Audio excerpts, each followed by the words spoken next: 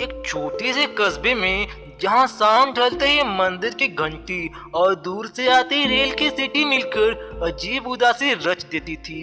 वहीं एक बूढ़ा पिता हर रोज मिट्टी के टूटे चबूतरे पर बैठकर सड़क की ओर देखता रहता था, क्योंकि बरसों पहले उसका बेटा बड़े सपनों के साथ शहर गया था और जाते जाते बोला था, पापा अगली दिवाली साथ मनाएंगे।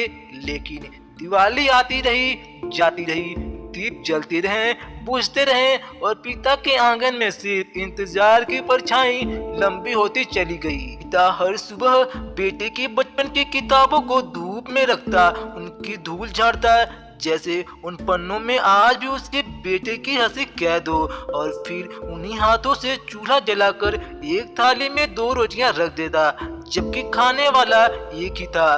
फिर भी वो दूसरी रोटी सामने रखकर धीरे से कहता, आजकल देरी हो जाती है बेटा, शहर बहुत दूर है। और ये शब्द बोलते बोलते उसकी आवाज हर रोज थोड़ी कांप जाती।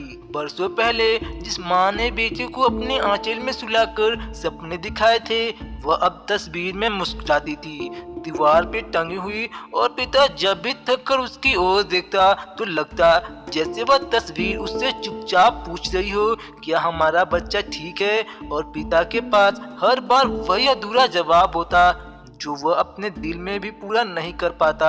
बस आंखें पोंछकर फिर से दरवाजे की ओर देख लेता। कस्बे के बच्चे बड़े हो गए, गलियां बदल गई, पुराने पेड़ कट गए, नई दुकानें खुल गईं, लेकिन उस घर का समय जैसे वहीं रुक गया था जहाँ बेटी की जूतों के निशान आखिरी बार आंगन में बने थे। और पिता कभी कभी उन्हें धुंधले निशानों पर पानी छिड़क देता ताकि धूल उड़ जाए और उसे कुछ पलों के लिए ये महसूस हो सके कि शायद आज ही उसके कदमों की आहट फिर सुनाई दे जाएगी।